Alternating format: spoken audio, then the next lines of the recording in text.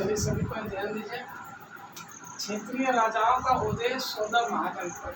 आज हम लोग 16 महाजनपद के बारे में पढ़ेंगे।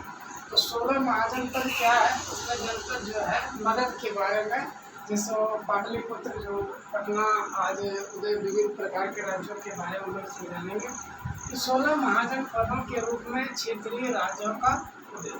16 महाजनपद में जो थे, ये 16 महाजनपद के रूप में क्षेत्रीय राज्यों के 16 महाजनपदों में क्षेत्रीय राज्य का किस प्रकार उदय हुआ उसके बारे में जानेंगे।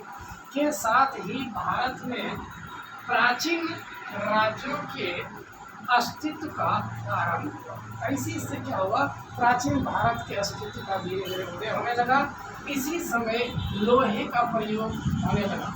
देखिए, उस समय जब पहले बात करें तो उसमें लोहे का प्रयोग नहीं थे। जैसे पिछले अध्याय में आप लोग पढ़ चुके हड़प्पा सभ्यता। तो हड़प्पा सभ्यता में वहाँ लोगों को लोहे का ज्ञान नहीं था।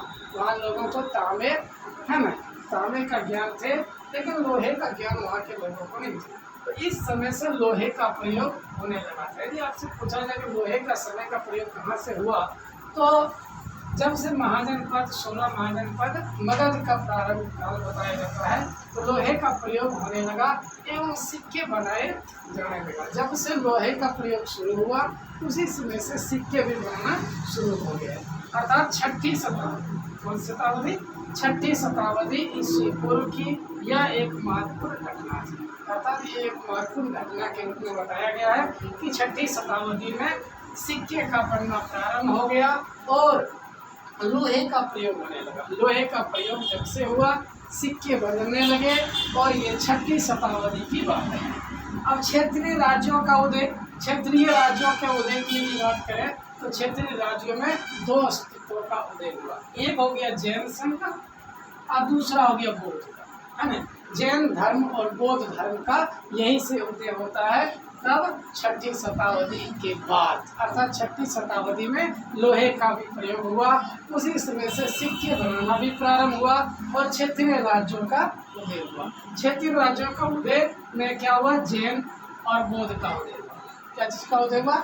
जैन संघ और बौद्ध धर्म का उदय। और उसके बाद बौद्ध ग्रंथ में भी आए। तो बौद्ध ग्रंथ में अगुंतर निकाय, है ना, अगुंतर निकाय आए और उसके बाद जैन ग्रंथ, अगुंतर निकाय और जैन ग्रंथ भी इसमें शामिल किया गया।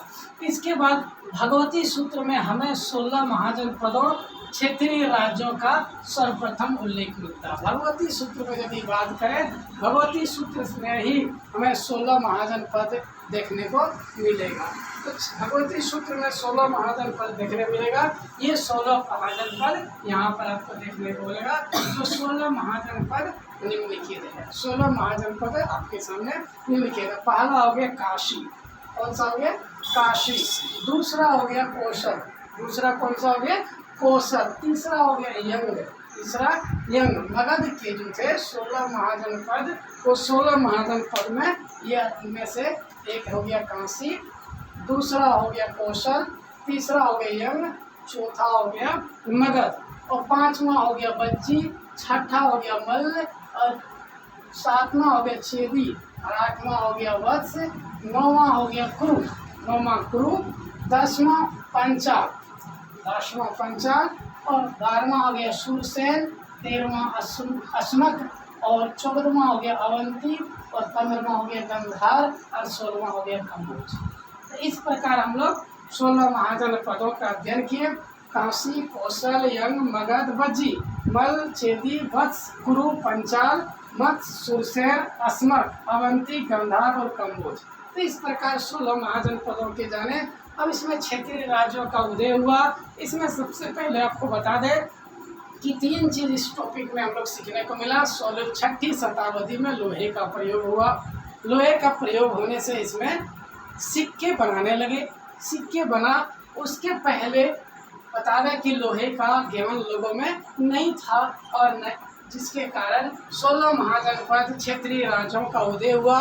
और इन क्षेत्रीय राज्यों के साथ ही जैन धर्म और बौद्ध 2 चीज़ों का उदय हुआ। क्षेत्रीय राज्य, इसी में से बौद्ध ग्रंथ में अगुंतर निकाय और जैन ग्रंथ का उदय हुआ।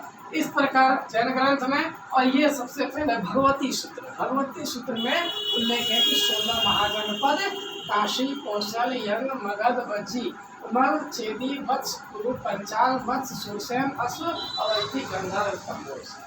ये निम्नलिखित प्रकार से जो हम लोग 16 महाजनपद को बनाए, जो कि आप लोगों ने ध्यान सुना।